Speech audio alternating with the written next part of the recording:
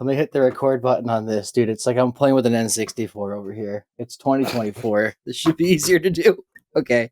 Because this only records for 30 minutes. So it is 1:20. I have until 1:19? Yes. 2:19. No. 1:50. 1:50. Okay. Right? Is that math right? Yeah, we don't do. I was a child left behind.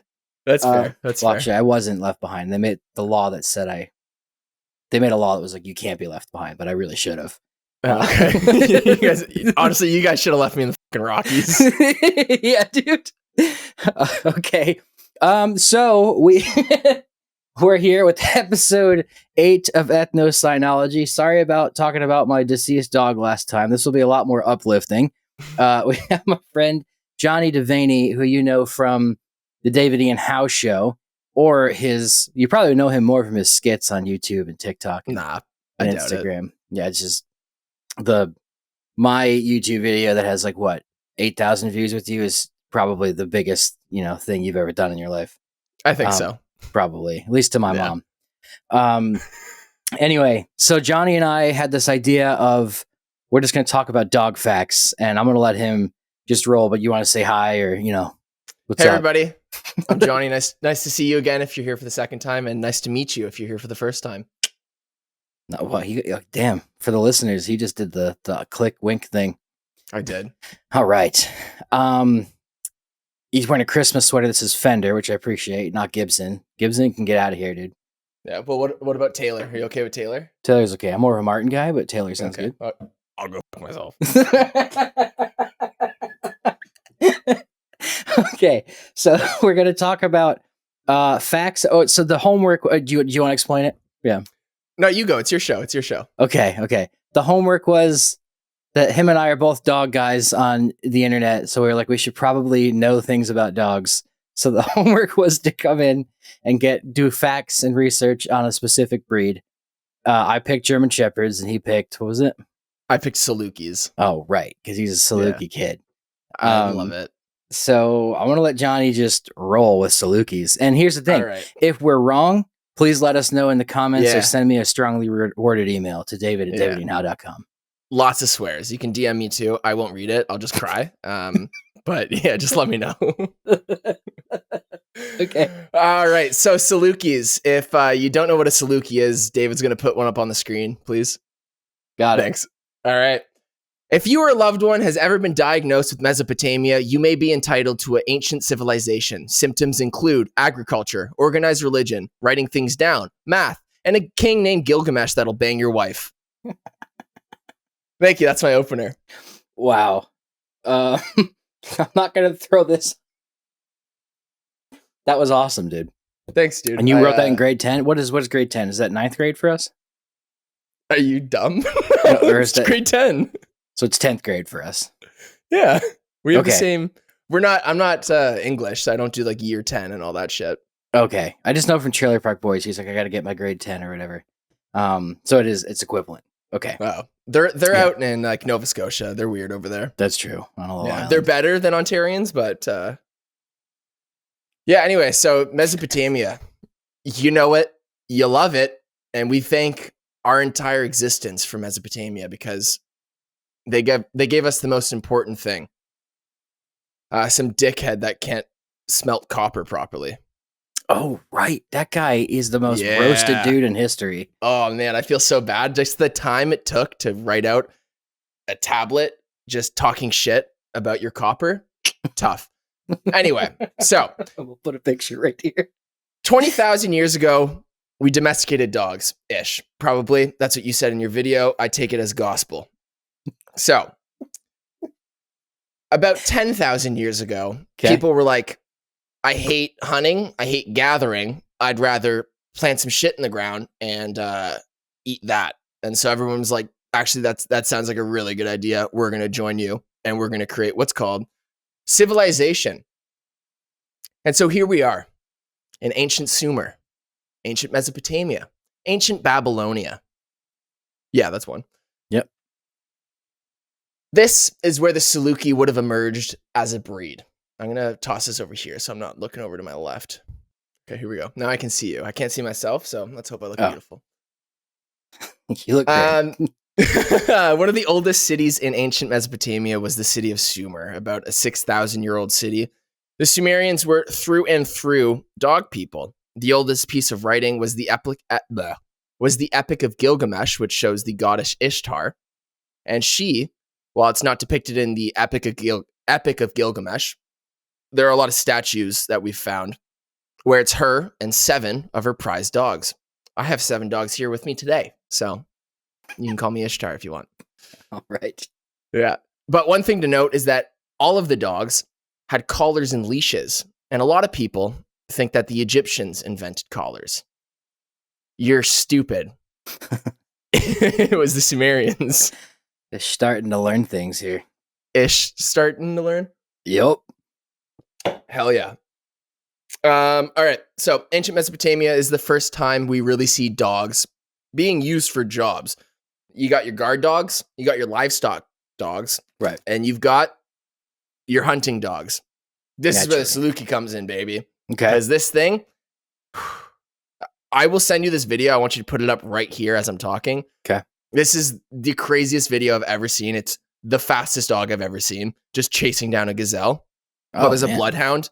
There's a bloodhound in the car, just like barking them with encouragement. And it's just 3 Salukis, and they're just hauling ass, ripping it to get a gazelle. And it's so sick. I didn't know they hunted gazelle. That's crazy. Yeah, that's what their main shtick is, because I guess, I don't know. Huh. You take like the wolves, you're like, whatever, we're moving down to hotter places. Let's get rid of all that fur. Oh, let's make them taller. Let's make them leaner so they can run faster through the desert. Right. And then I guess somebody was just like, actually, I want really pretty ears and a really pretty tail, but I want to keep the fast juice. And so hunting in the Middle East would have required extreme skill. Can you shut up, lightsaber? Sorry, that was my lightsaber. I respect everything that's happening right now. So keep what going. A shit show. Hunting. Hold on. Yeah. Thor! Okay. Can't even see. Oh, yeah. My dog's blind now. I don't know if we talked about that. Oh, yeah. Life update. Yeah, my dog has no eyes. He can't see his dog. I can't see mine. No, wait. Your dog can't. His dog can't see. I can't see mine. There we go. Yeah. Oh, Jesus. Rest in peace. Rest in peace, Strider. He's still dumb. Yeah. So hunting in the Middle East would have required extreme skill and patience because they had big open plains, which was easier to spot game, but it also just made it incredibly hard to get close to animals because you can see the animal, they can see you. Right. And so, as you know, humans are the best long distance runners in the world because we kind of just jog lightly till the animal gives up. But come on, people. It's the birthplace of civilization. We don't want to work hard. Let's do what humans do best. Let's get an animal to do it. Yes. So they're like, all right, let's grab the fastest dog that we can find, which was apparently a Saluki. I think greyhounds are like 2 kilometers faster, but semantics, let's not get into it. Wow.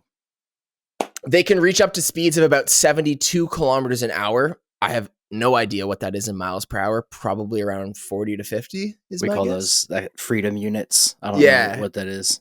Yeah. Everybody else will know except for Americans. Yeah. Oh, sorry. The greyhound is 62 kilometers an hour and the Saluki is 69 kilometers an hour. Naturally. Nice. Yeah. And so this kind of speed and endurance made it a really good gazelle hunter. And they use Salukis, or at least a very early version of modern Salukis, because there are artifacts after artifacts of like carvings, statues, and a third thing, pottery. That's what it is. That have dogs with feathered ears and legs that are just like incredibly long. Like if you wanted to dominate a fashion show and go hunting after, just grab a Saluki. Makes sense. They're pretty fab.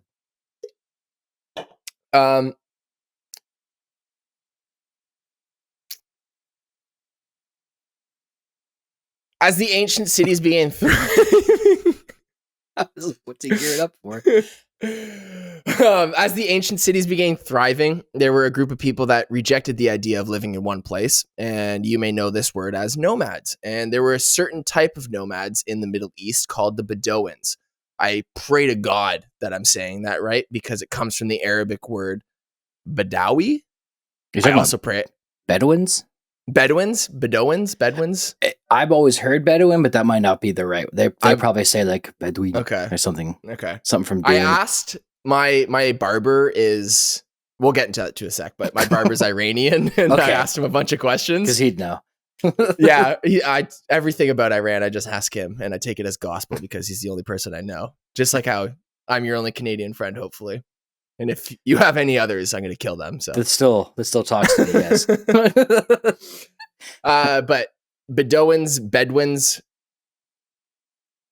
a third way of saying it, they would have been like desert dwellers that, shut up, don't make fun of me. I'm trying really hard.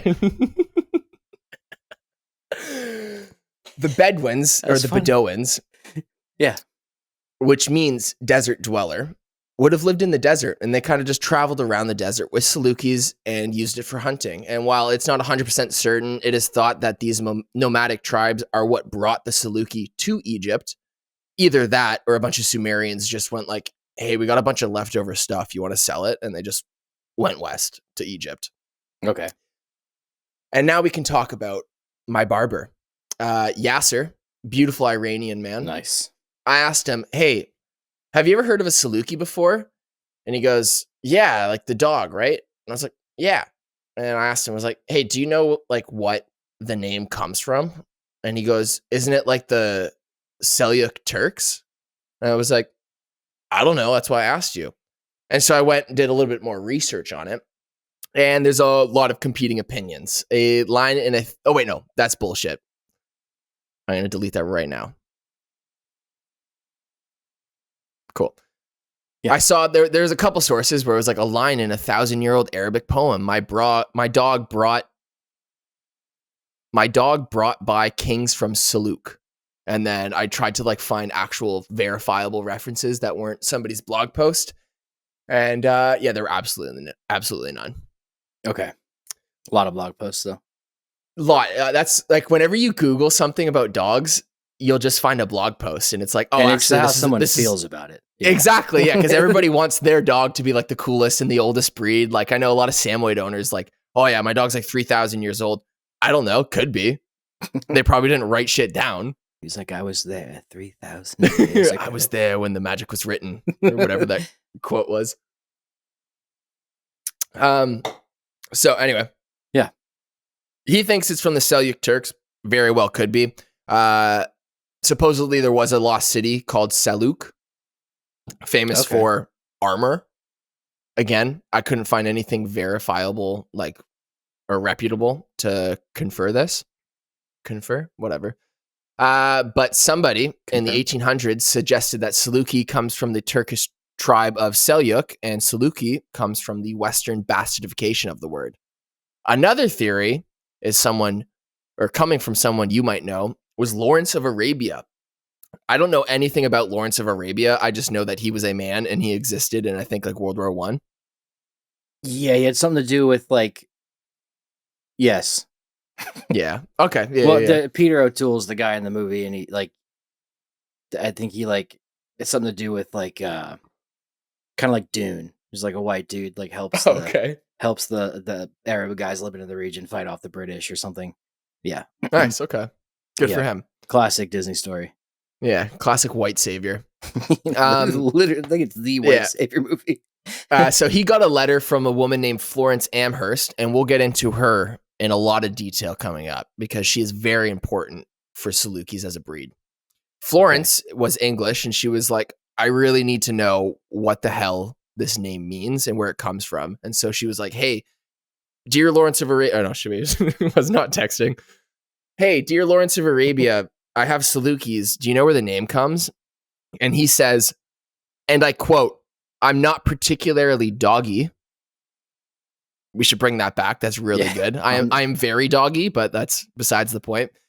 And he goes on and he says that the men he travels with call them Shami, but I can go and check. And then he signs it off really sweetly saying, sorry for not knowing anything. But yeah, I promise I'll get back to you. And guess what? What? He ghosted her. Oh, dude. Yeah, no, nothing tough. worse than a Victorian era ghost. I know, but apparently she was like really adamant and sent him a shit ton of letters and was like, bro, hey, it's been like a week. I haven't heard from you. What's going on? Are you okay?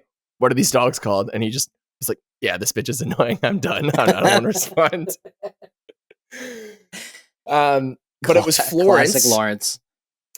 Yeah, but it was Florence Amherst who decided to just name it Salukis in I think 1922. Okay. Was the exact date that they were recognized as a breed. And she was just like, yeah, we'll call it Salukis across the board. Don't even worry about it. Moving on to the Egyptians. As we know, Egyptians loved their animals. They did prefer cats, but they had dogs as well, because I think, as you said, cats were more of like independent and kind of just could take care of themselves, where dogs required a lot more care and you had to pay attention to them and make sure they didn't eat their own shit. Right.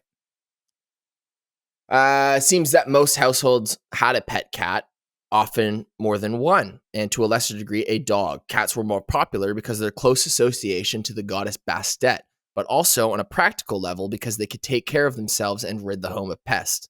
Dogs, requiring more care, were more often kept by upper classes who were able to afford them. This is a quote from somebody who I linked. I'll send that to you later. Okay, no, it's okay. As a lot of people probably know, Egyptians mummified their pets. And I looked into it. It turns out, yeah, when you died, they would just kill your dog too and bury the dog with you. Because seems like, to be the case. Yeah, which is like tough. That's like, I like Egyptians, but that's, I don't know. I don't know how to feel about that. I don't care. That's how I feel about it. If it helps, it seems where most dogs are buried with people, it's like that's the case. Might not just be the Egyptians, but okay, yeah. Even oh my god, what are they called? The Aztecs? Because I know they liked their sholos. Dude, they were bred. They ate dogs too, right? Yeah, they ate them. They sacrificed them. Like, they bred them for those reasons. And then hey, respect. It's a couple thousand years ago. I'm not here to judge. I'm just here to tell you what's happening. Mexican street corn tacos, but with dogs, maybe. I don't know. But I'm going to factually check that. We'll be right back. Sure. Good. That was good. Oh, this is a crazy fact that I had no idea, and I'm wondering if you know it. If you were an ancient Egyptian and Strider had just passed away, what do you think you would do as a symbol to mourn? Reach in and pull out his liver. No, you'd shave your entire body. Ah, damn, dude. Did you know that? I did not know that. It's pretty cool. Yeah. So apparently it was very common. Again, please, for the love of God, listeners, verify this, because again, it's really hard to find out this kind of information. Is that specifically for dogs or for people? Or like just in general mourning, I mean? I think it's specifically for pets. So it's like Frank Reynolds when he's all covered in the Germ-X and Always Sunny. I'll put that right here. Frank? Oh my God. What the hell did you do to yourself? I just want to be pure. God, what are we gonna do about this? Anyway. I don't know, because I also wrote that shaved heads were very common as to avoid lice. And shaved eyebrows were a notable sign of grief. So maybe it is. I read that it was for dogs, but it very well could be for people as well. Regardless, very unique, very cool thing that I think we should 100% bring back. Yeah. So that, I don't know, my brother's bald, so I could just keep asking him, like, oh, are you okay? Did your dog die? When I see a kid in a wheelchair at Disney that's bald, I'm like, lost your dog, huh?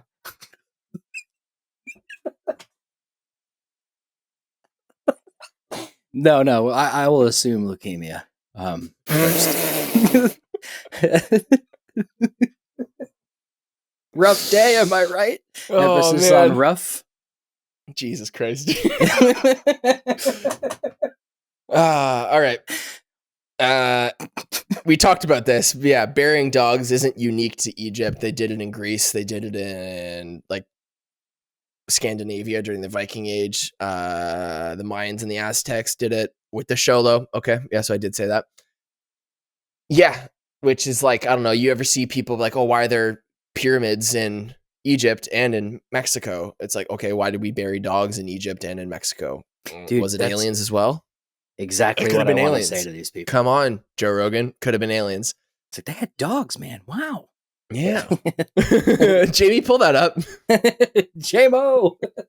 All right. One of the most popular group of people to have a Saluki was the Pharaohs, because if you look at a Saluki, it just screams elegance and beauty, and it goes fast, which is sick. Like, don't you just love having a fast dog?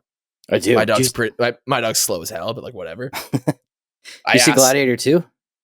I did. Dude, there's Salukis in there. That's right. There's Salukis in there. The rich lady has Salukis. Yeah. 2 of them too. I was like, fucking let's go. This is starting to track, dude. I think you're right. I think so too. Because I know the ancient Romans would have brought, I know for sure greyhounds, but probably Salukis too, as like a symbol of wealth. Yeah. Like status. Yeah. Yeah. Which now, I mean, I do it with my dog, even though I got him for free. He's worth like $2,000 to $3,000, which is fucking astronomical. You flipped a dog, dude. I did. And now he has no eyes. So, oh, to the right owner. Buyer. Yeah. Oh man, I'm not gonna be able to say this. I remember learning how to say it. Oh, fuck me. Whatever you have to say, I've said way worse and they've still ate it. No, it's just like the pronunciation of okay. Numhotep? Yeah. The second. Sounds right. Numhotep the second? I've heard of Imhotep, but Numhotep makes sense too. I think Imhotep was way before him. No, wait. Is that the guy in... Who does Rami Malek play? Oh. In Night at the Museum? Yeah. I don't know, but he killed it, dude. He crushed that role. He's just a sick guy. I think he's a little weird, but... Yeah, to say the least. Anyway, regardless, pharaohs often used Salukis on hunting expedition, and there is a painting in the tomb of Numhotep II showing a scene of Salukis hunting gazelles. Okay. Yeah. More evidence can be found dating around 6 to 5,000 BCE. There's a carved ivory head of a Saluki. At the site of Beni Hassan, there's a dog given his own tomb, and it's his name in the coffin. What the fuck did I write? Is named in the coffin text 5 times. Oh, his name was Heb. Sorry. Heb. Yeah. Heb. Have you seen that video of Fenton? Fenton! Yeah, with the dog that's running so up. Good. Fenton! Yeah. I always tell people, if you're going to name your dog, name it something that you're fully comfortable chasing the dog down the street and yelling at him. Yeah. And other people will hear you. So just like make sure it's not a cringy name like Grandpa. I met somebody whose dog's name was Grandpa. And I was like, so you're just going to run down the street one day, Grandpa.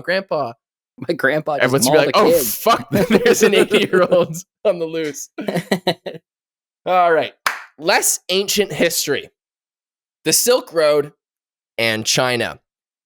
This is completely my theory, so I'd love for somebody to verify this. But around 130 BCE, the Silk Road emerges as the world's longest trading route, linking the Western world to China and other areas around there.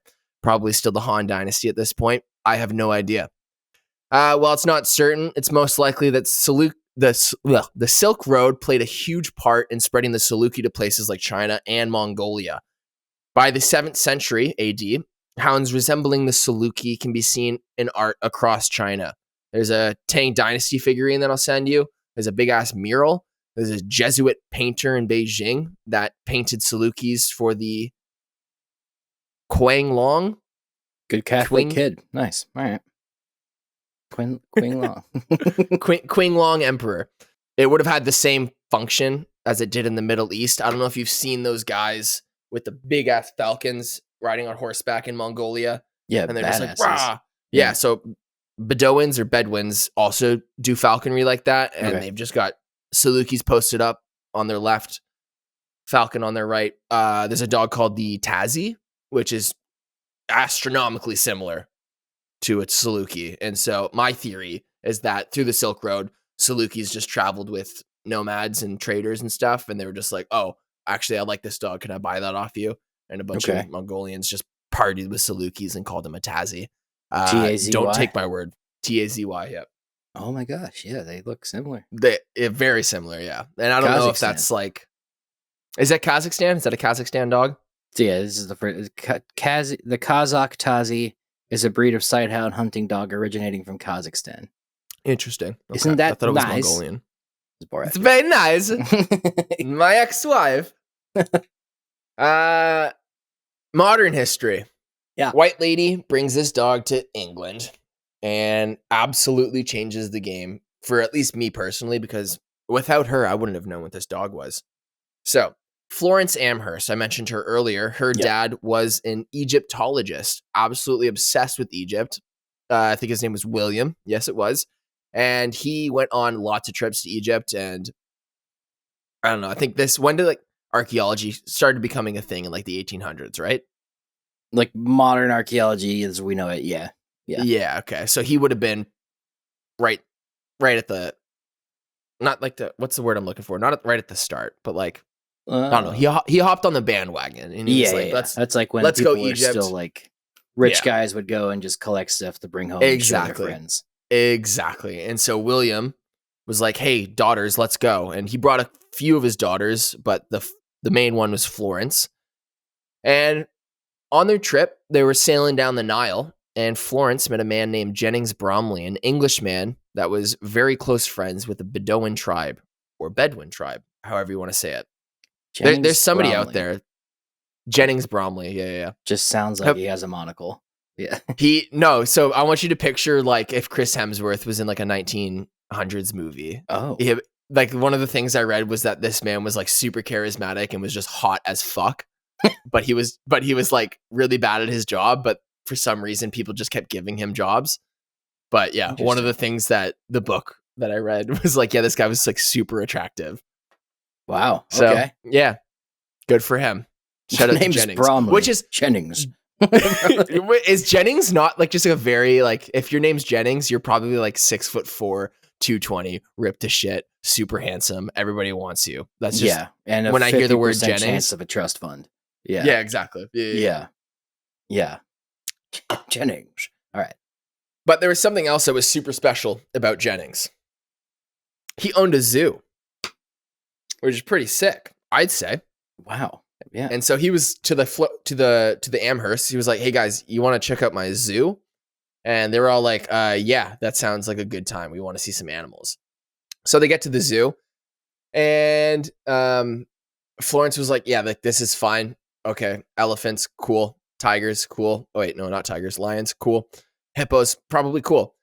But there was one animal that sent her to the fields of reeds. She was like, "What the hell is that over there?" And Jennings was just like, "It's fucking dogs. Like, it's dogs. Like, what do you want?" And she's like, "I want them." And he was like, okay.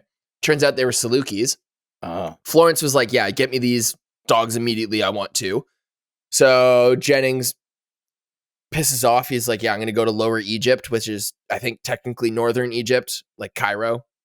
And he's like, "Yeah, I'll go find some Bedouins and purchase 2 Salukis." So he went, found a couple brothers, was like, "Hey, let me get some Salukis," and shipped them to England. And the Amherst returned home in August of 1895. And shortly after, the dogs Aisha and Laman arrived. And I think Laman eventually became Lumen because she's English. Yeah, because if you see it, it's LA''AMEN. Oh, right. And they were like, no. Yeah, they're like, what the fuck is that? Florence still didn't know a whole lot about the breed, so she would spend literally decades of her life dedicated to finding out everything she could about Salukis, and this was one of the reasons she corresponded with Lawrence of Arabia. And this is the chick that wanted them in a zoo. No. She found them at the zoo. Found them in the zoo, yeah. Okay. Yeah, so she does a bunch of research and all that good stuff, and then she decides, I want to start breeding these bad boys. And she reaches out to a bunch of people, and turns out there's literally nobody else in England with Salukis. She got a bunch of offers from people with greyhounds, and she was just like, nah, I don't want to mix her perfect lineage of dogs, and denied the request because, yeah, I don't know, there's probably like a racism metaphor in there somewhere. Sure. Until she met Miss Lucy Bethel, Lucy and Florence would become friends, and sometime between 1901 and 1903, they bred their Salukis. Wanting a broader gene pool, she reached out to Jennings again, and he shipped over another Saluki that he acquired from the Beni Hassan tribe, which I think is in modern-day Turkey. Is that true? I don't know. Okay, shit. I know Beni Hanna. Yeah, I think he owns Salukis as well. Definitely. And now with enough Salukis to seemingly, I guess, repopulate, probably not safely, but whatever. It's the 1900s. Nobody cares about that. Florence started entering her Salukis into dog shows. In 1905, Florence began showing the dogs in prestigious shows that had the any other variety for sections of foreign dogs. This included elk hounds, Samoyeds, Afghan hounds, and Salukis. no. Well, No. yes, but wait. Say the list again. elk hounds, Samoyeds, Afghan hounds, and Alaska Malamutes, no. German Shepherds. Yeah. Oh, right, because the next part of the episode is about Damn it. You set me up so well. All right. 1914 hits, World War I starts, and everybody goes, that's not very nice. Nah. Actually, this kind of fucking sucks. And so they were like, What's all that right, smell? let's stop with dog shows. And even though 1918 is when World War I ended, right? 18 or 19? 17? Yeah. 18? Okay. Yeah, Actually, I think it broke out in 1914 and then in 1918. Yeah. that sounds right. Yeah. Yeah. It wasn't until 1921, so 2 years after World War I ended, that dog shows resumed. Okay. And because men can't handle powerful women, we had our own dog shows, and women had their own dog shows because, obviously, when I see a woman with a pretty dog, I feel emasculated. And so it's just like, no, stay over there, like, do your own dog show. We'll That's have just me our personally. own competition.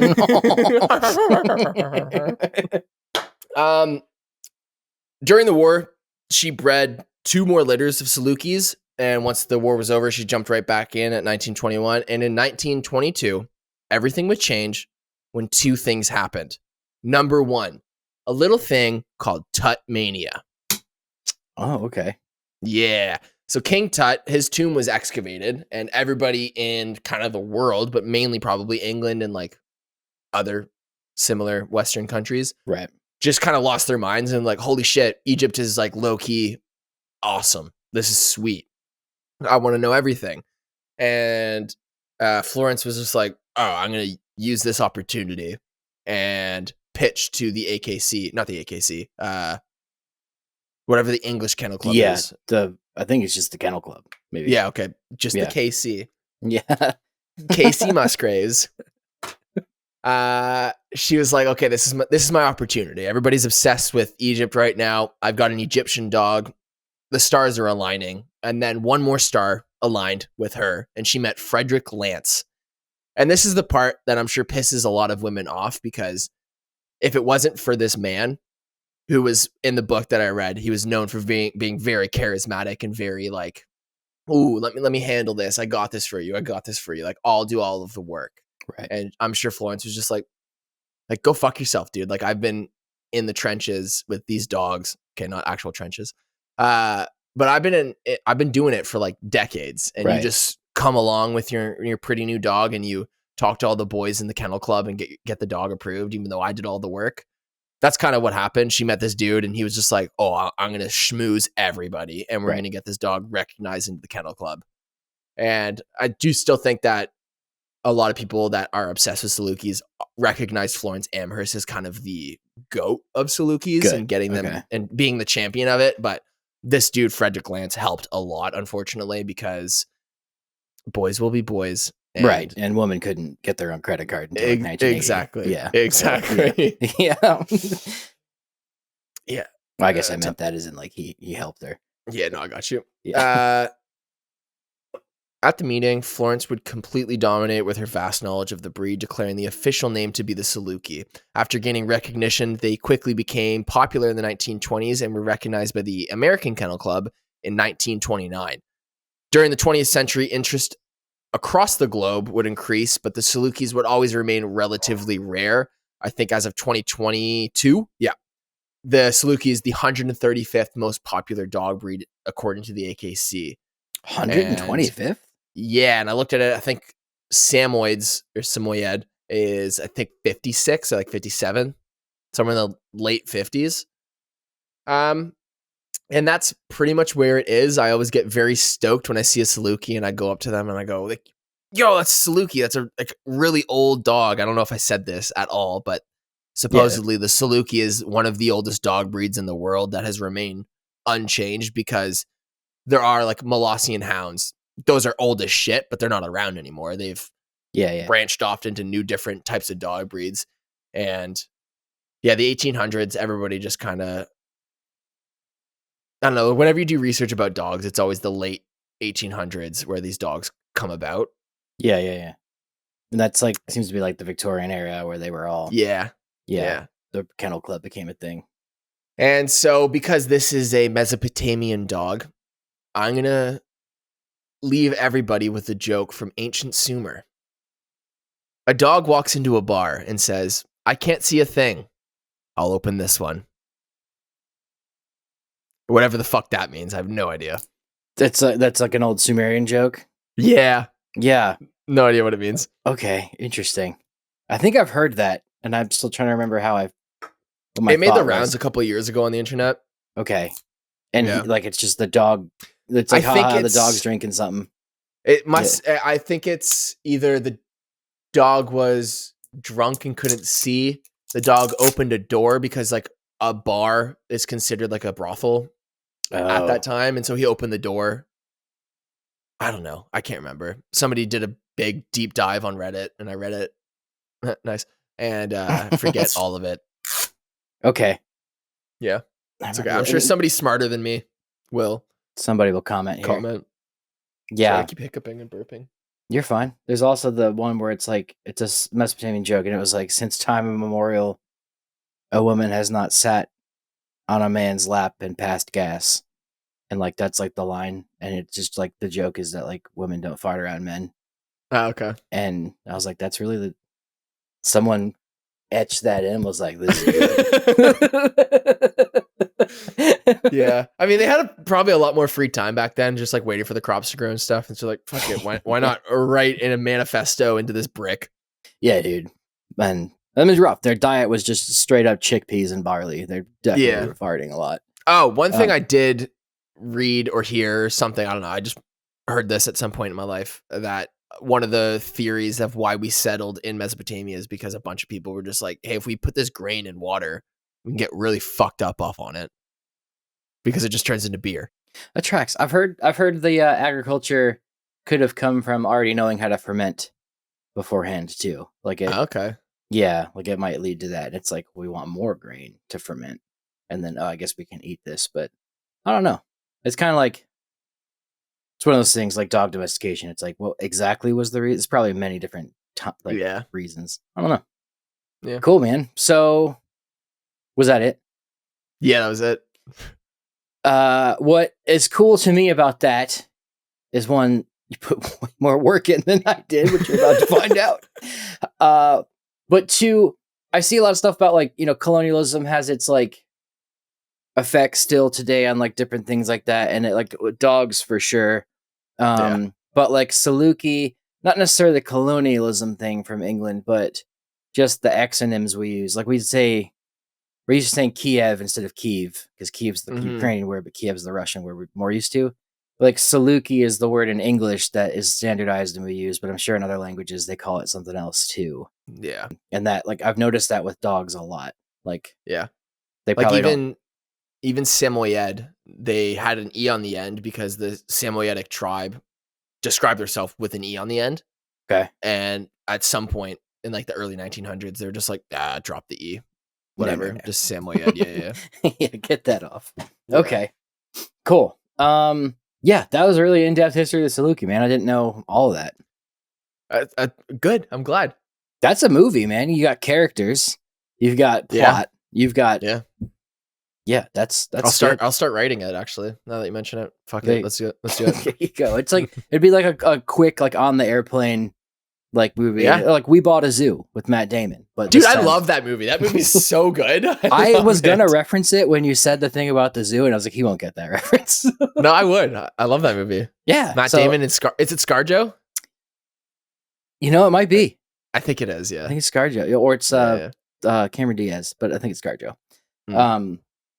Yeah, so like that kind of situation, but like, you know, how the Saluki came to be, and it'd be this lady, her whole life was like, I love this dog, let's do it, and then this guy comes around and he's like, I'll make it famous, you know, it's a plot. Yeah.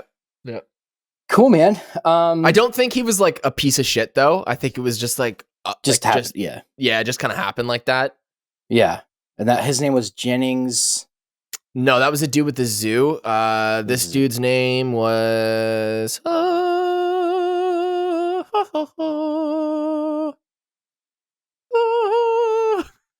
What the hell is this guy's name? We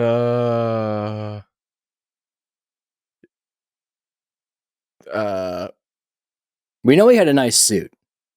Yeah, probably, and he probably smoked fucking pack of cigarettes a day, or like cig pipes.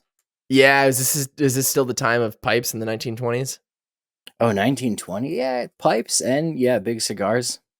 Because cigarettes came around during the war, right? Frederick Lance, that's his name. You froze. It's it's attempting to reconnect. There we go. Thank God. Okay. Are we still recording? Yeah. Okay, thank God. His name was Frederick Lance. Okay. I could just send you this entire doc. All right. Yeah, this is like a whole video in itself. That's what I planned on doing this, because I wrote one and I was planning on doing like a history of this dog, and it was going to be like a 10-minute video. And there's like a bunch of random fucking bits in there and like really stupid things that I say. And I had to basically rewrite a bunch of it and like fact check myself and stuff like that and get sources. Was the preamble to it then? Yeah. Exactly. The trial run. Exactly. Cool. Well, with that, we're going to take a quick commercial break, and we'll be right back, and I will talk about the German Shepherd.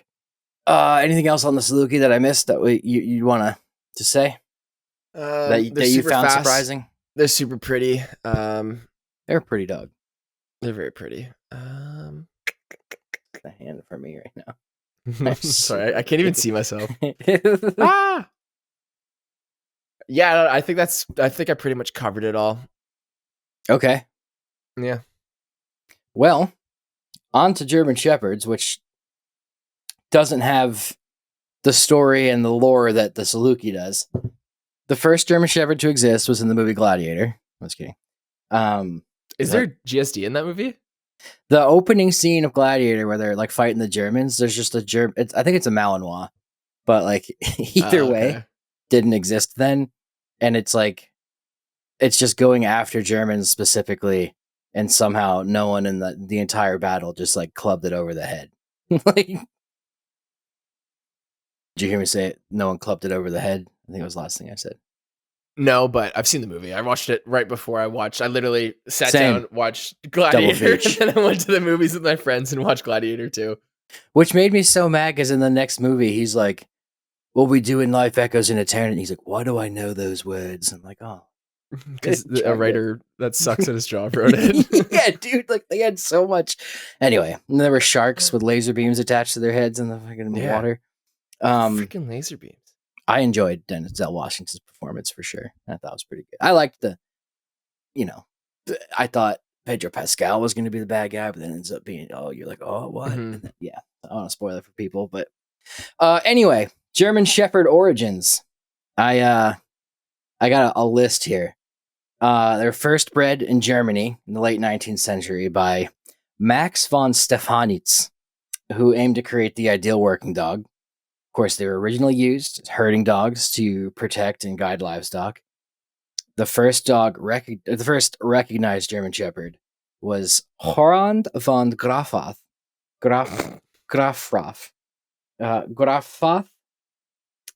Grafrath. There we go. We're going to call him Horund, and he became the foundation of the breed. The dog's name was Horund von Grafrath. Proper dog should be a 2-syllable. Fido, Strider, Thor, 1 syllable works, But the exception what was the dog point. Yeah. What was the one in your story? Hoth? Lumen and Aisha. Lumen. I think Aisha. See, Aisha. Aisha. Aisha. Let's see. World War I, World War II. German Shepherds served as messenger dogs. We knew that. Guards and rescue workers. And then in World War I, they were temporarily called Alsatian wolf dogs because the UK wanted to avoid anti-German sentiment. You're good. I love just seeing the heads pop up over the couch. Yeah, so here's the... Wait, so did you say they... Sorry, I'm going to cut you off. Yeah. Where did you say isolation? How do you say that? Isolation? Alsatian wolfhounds. Alsatian so wolf are dogs. are they like Czech wolfhounds where they come from actual wolves? Or were they bred to fight wolves? That I don't know. They were called that, I think, to just... Because it said here in the UK to avoid anti-German sentiment. So they just didn't... It was like freedom fries for us during the war. Okay. Because they didn't want to use French for that. I think that was the Iraq War. Never mind. So these dogs are just propaganda. Propaganda machine. The face of it. Let's see. This contribution to society. So I did a history of German Shepherds. Creation of late 19th century, but 1800s is Max von Stephanitz. We got that. And then Horand von Grafrath was the first. That's just such a mouthful to yell at a dog. Which he believed embodied the traits of an ideal working dog. And he became the first registered German Shepherd in 1899. My camera's here. I should probably not look off the camera. And then, pretty late. Origins of herding. The breed was originally developed to help herd and protect sheep in the German countryside. Their intelligence and agility made them exceptional at this task, so we know that. And then the German Shepherd Club, which I would like to join that. Von Stephanitz established this in 1899 to standardize and promote the breed, and they wanted to emphasize the working dog's abilities. Then we move on to a little thing called World War I, which was a fun time for a few. I think so. During World War I, German Shepherds gained recognitions for their bravery and their versatility, used as messengers, sentries, rescuers, and even ammunition carriers, which is pretty sick. Because if you're like, I need ammo, and then this German Shepherd just runs up. Yeah. And you're like, all right. Their popularity began to grow outside of Germany as soldiers from other countries witnessed their capabilities. So they were like that. And then World War II, German Shepherds again proved invaluable, serving as military dogs for various roles, including bomb detection and search and rescue missions. The Nazis also used them extensively, which caused controversy post-war. So, Nazi dogs. But, I have one, and he's fighting on the other team. Me and him get along just fine. So, name change in the UK. Due to an anti-German sentiment during World War I, the breed was temporarily renamed the Alsatian Wolf Dog. We got that. I really should have vetted this. And again, your story was a lot more fun. And it wasn't until 1977 that the original name, German Shepherd, was reinstated in the UK. It's good to know. If you can still hear me. Yep. No, we're good. All right. Sorry. Sometimes. I thought Murphy was trying to get upstairs because I have the gate closed because my dog's fucking blind and he just falls downstairs. Oh, no. That's no good, dude. Yeah, it's happened twice. Oh, is he all good?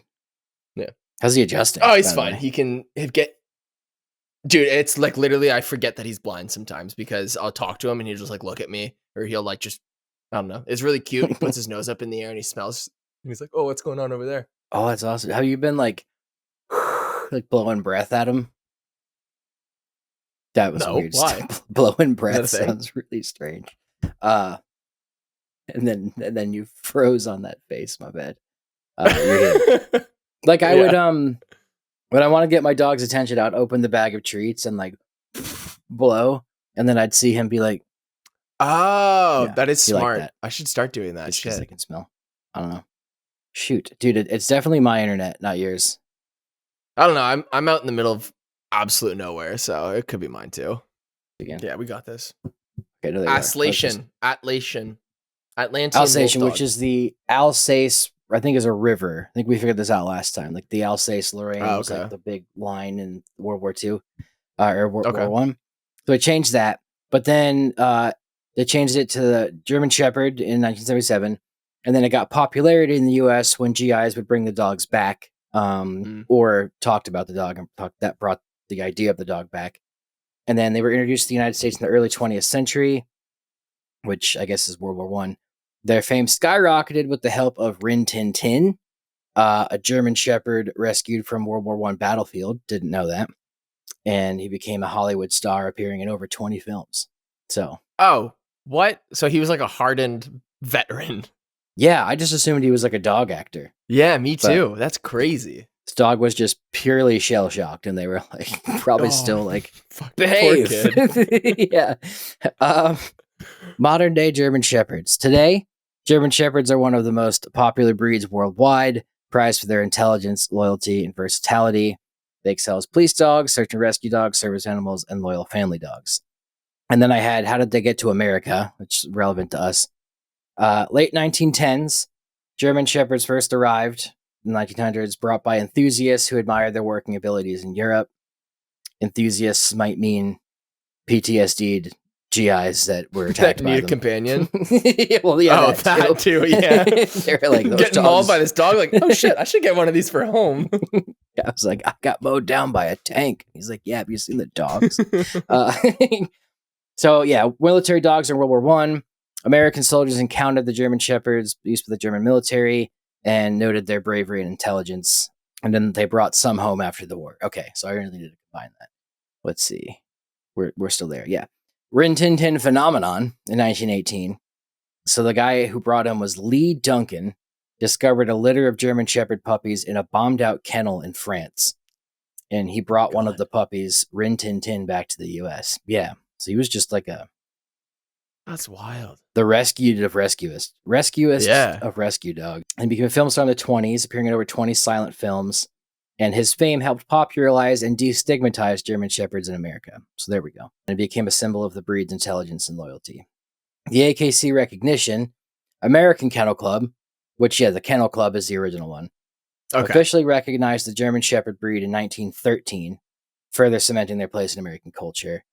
And then the impact of World War II, we've got all that. But the post-war boom, after the war, German Shepherds became a favorite choice for families, police departments, and service organizations, cementing their role as one of the most common breeds in the U.S. due to their, prowess in the war. Mm-hmm. And then I typed in historical German Shepherds. Rin Tin Tin, obviously.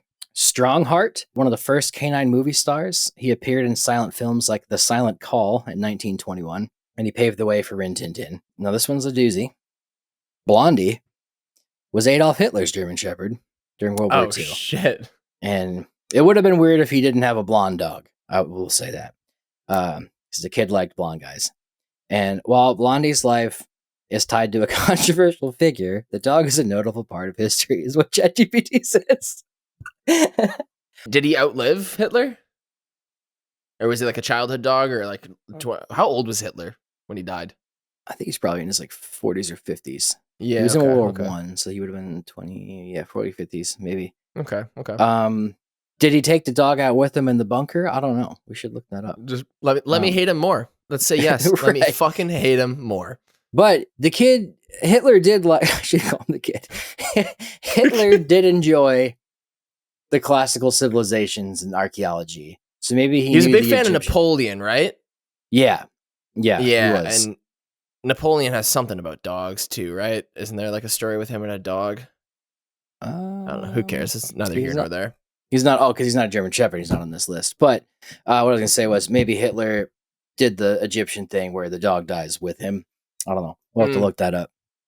But I know he wouldn't bomb or take France because he respected Napoleon. I remember that. Well, he bombed France, Paris. Yeah, he bombed the shit out of France Yeah. and took it. So. Yeah, he was like, we're just walking into Paris. So that's Blondie. And then, but there's a whole, do you watch Always Sunny?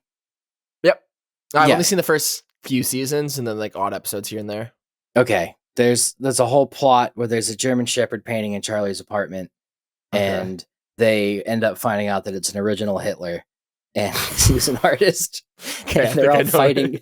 They're all fighting over it, and who gets ownership of it. It turns into like a national treasure type episode, or like they think they're Indiana Jones, and That's really funny. It's funny. That show's wild. Yes, I love Sonny. Buddy. Okay. The first guide dog in America, Buddy was a German Shepherd who helped Morris Frank, a blind man, navigate independently in the 20s. I do know this story. You do know? Do you know much about it? I guess that's the story. Yeah, I guess that is the story. I do know that he put it in the paper and he was just like, hey, you guys should really like this dog or something like that, right?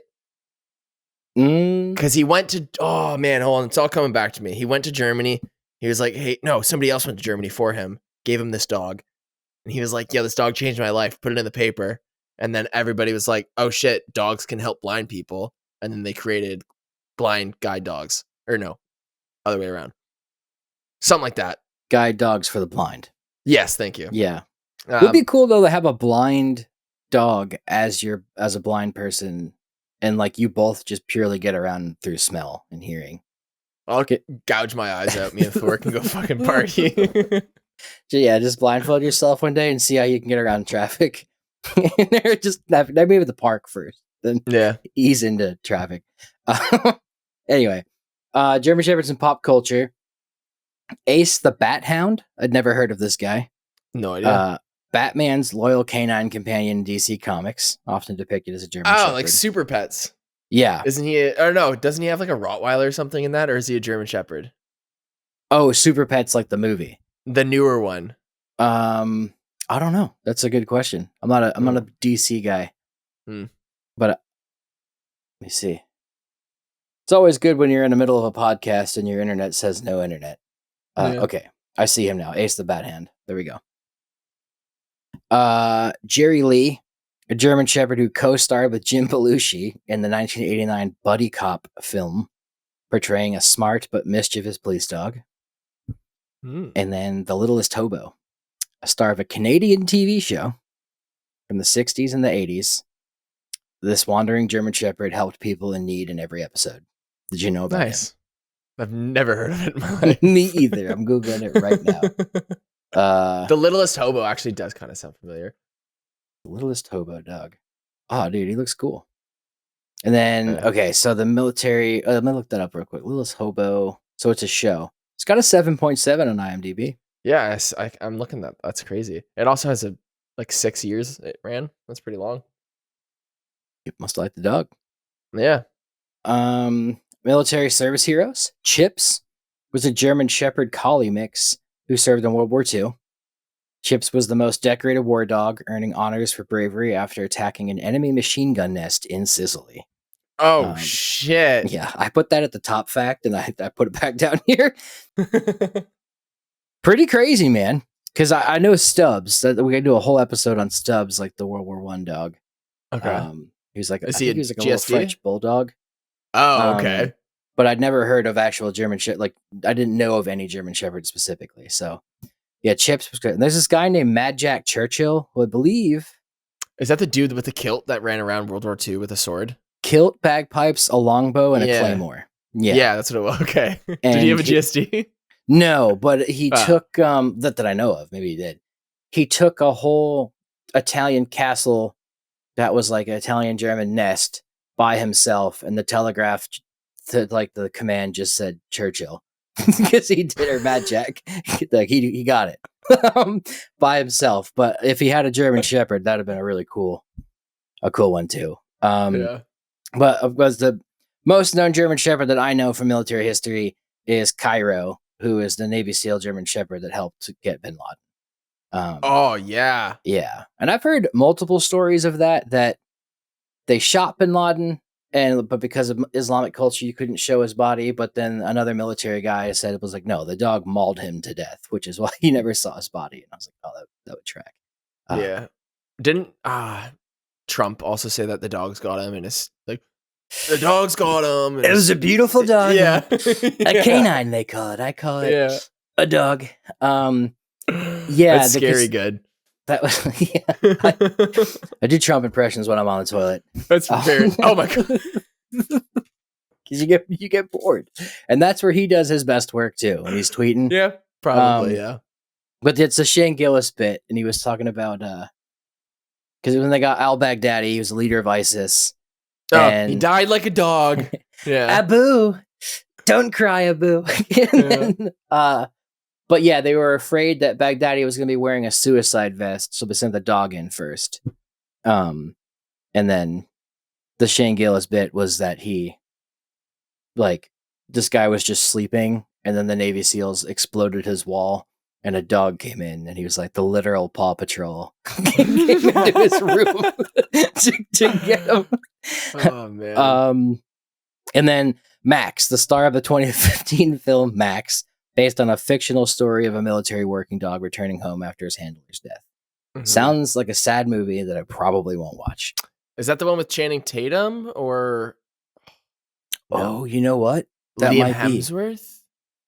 There was a Channing Tatum movie with a dog. I think that's with the is it Robbie Amell? Max is 2015. Different movie. Yeah. It is Robbie Amell. Yeah, so Robbie is the soldier. Oh, and this is the one with Channing Tatum or not? This is not with Channing Tatum. Okay, so I got 2 movies to maybe watch one day when I'm really sad. And then the last thing I wanted, well, there's more things here. Fictional dogs, Rex and Bullet from Inspector Rex was Inspector Gadget, I guess. And then Bullet. But celebrities with German Shepherds would be Ben Affleck's dog Hutch. He's often seen walking him on walks in Boston and Brooklyn. And my favorite... Does he have a house in Boston still? I don't know. This says Boston and Brooklyn, but it is ChatGPT, so it could be wrong. I think he lives in... I want to say he lives in Brooklyn. I don't know. Yeah. Right, I thought he lived in California, but whatever. That would make more sense. Yeah. And then Shakira, the queen, had a dog named Chan, which I learned this 2 weeks ago when I looked this up before we recorded this, and I wanted to make it a whole thing, but I didn't want to be weird, so I just left it to one little sentence. The singer often shares photos of her German Shepherd, showcasing her love for the breed. So, another thing that gets me just one step closer to her being my wife. And you should try tax evasion. I think I might have on accident. Who fucking cares? If the IRS is listening. Yeah, so that was the last thing I had on German Shepherds. I kind of thought you were just going to throw some Salukis facts at me, and I was like, okay, we got this. But you came at me with a history lesson, and I think that made for a much better podcast. I hope so. I think I kind of stumbled and fell a lot, but we got back up. We kept going. We made it to the finish line. That's all that matters. It's all that matters. But I enjoyed it. It was very fun, and I learned a lot. What are our favorite things we learned today, Johnny? That Rin Tin Tin was supposedly bombed by Germans, which is just like, that's pretty rude, but like whatever, I guess. Yeah, they refused to eat hot dogs as treats. He was like,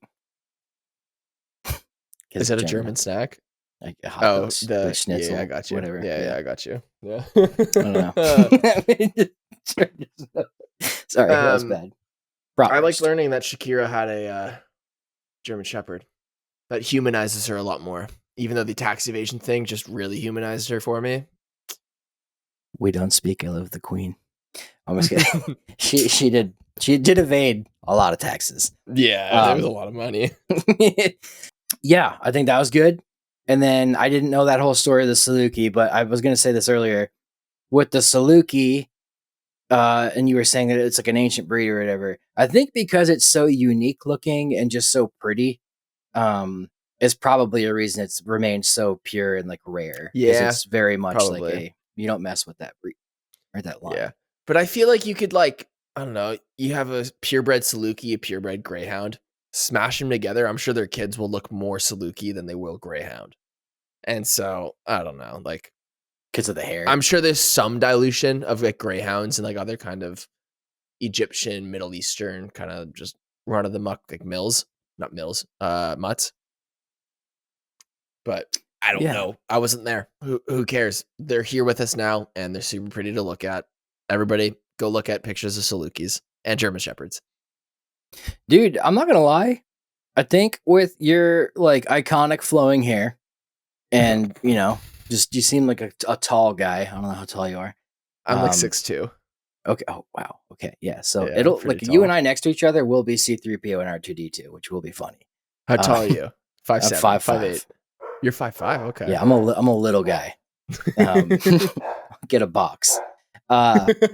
But yeah, I think you with the Saluki walking down the street, maybe like smoking a cigarette like Ben Affleck in the meme, would be iconic. I would love to do that.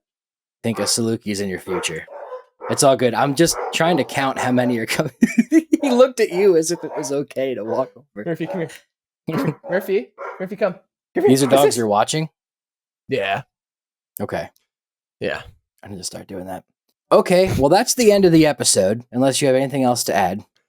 Merry Christmas, Happy New Year, Happy Holidays, Happy Hanukkah, Happy Ramadan. Is it Ramadan? No, I don't think so. But I think Ramadan? Kwanzaa? Kwanzaa, that's what it is. Yeah. Oh yeah, Similar. Ramadan's in February. Never mind. Well, we're close. This will come guys. out closer to Christmas than February, but yeah, this will be after Christmas. But yes, Happy New Year. Happy New Year. Supposed to do something at the end of these episodes. Right. Please rate and review the podcast on Apple Podcasts if you can. If you're watching on YouTube, please leave a comment. Let us know what Johnny and I got wrong, what we got right, or just something that you're interested in, or if you'd like to see Johnny with a Saluki one day. Yeah. If you have another request for a breed for us to dive in that isn't the Salish wool dog, because everyone always asks me about that. I'll make a video on that at some point. It's a dog. Salish. Salish. It's a indigenous dog in Vancouver Island that they would use to make wool. It kind of looks like a really scruffy. Oh wait, no, never mind. That's a painting. Interesting. Yeah, I get requests to do that dog all the time. I need to do it. I didn't know Canada had more than like 4 of the already existing dog breeds. Canada's got a lot to offer, man. It's pretty big. Newfies, Labs, Nova Scotia Duck Tolling Retriever, one of the northern ones, and I guess now this. Never heard of that. I guess the Greenland. The Greenland's not your guys. It's Denmark. Yeah. Does Trudeau have a dog? No, I was actually gonna shit talk all of my because I don't think Pierre, Singh, or Trudeau, which are our 3 main kind of guys, none of them have dogs, and it's just like I don't trust any of you now. Yeah, Trump's our first guy without a dog, I think, or like first modern president without a dog. He's like, I don't like them; they smell. Did Obama have a dog? Bo. Yeah. Wait, doesn't what's his face currently have a GSD? Yes and no. He got a little chompy, and he bit a lot of Secret Service agents, and they were like, "You need to go." Did they put him down? Did they put him down? They put him down. I think he might be at Martha's Vineyard or in Delaware.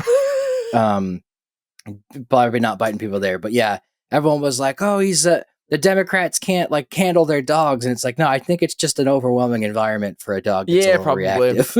Yeah, probably. And then other people are like, well, at least he's biting law enforcement. And I was like, why are we politicizing this poor dog? He bites indiscriminately. He doesn't understand law enforcement. He sees an ass and he goes, om nom nom. I think his name was Champ, I want to say. That sounds right. That sounds right. Yeah. It's Champ or Ranger, something. I think it's Champ. We'll pull it up. All right, man. Well, it was good to have you. You're always welcome on the podcast anytime. And review the podcast, YouTube, all that. All right. Oh, wait, where can they find you? Right, that was what I was supposed to ask. You can find me at John C. Dev on pretty much anything. That is JAUNCYDEV. I make dog videos, and that's pretty much it. Sounds good.